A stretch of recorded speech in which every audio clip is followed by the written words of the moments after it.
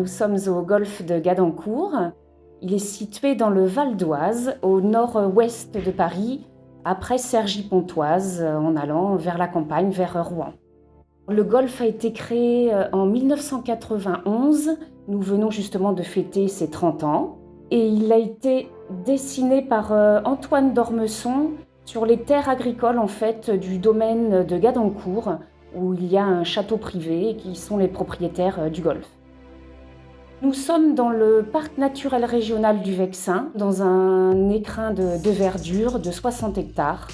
C'est un endroit très calme, reposant, où la nature est préservée.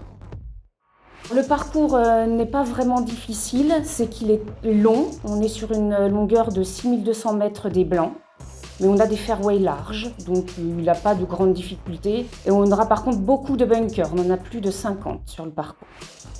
C'est un parcours qui n'est pas forcément très vallonné, juste le trou numéro 4, le 6 et le 7 qui sont sur cette petite colline. Le trou numéro 4, c'est un par 3 et c'est un green à l'aveugle, donc il est assez difficile. Et notre trou signature, c'est surtout le trou numéro 6. On a une colline à monter et il y a une petite rivière à traverser. Et donc c'est la particularité on est dans la pente, donc souvent les balles retombent vers la rivière. On a un autre trou un petit peu plus difficile, c'est le 14 avec un green sur 2 plateaux, donc en dévers.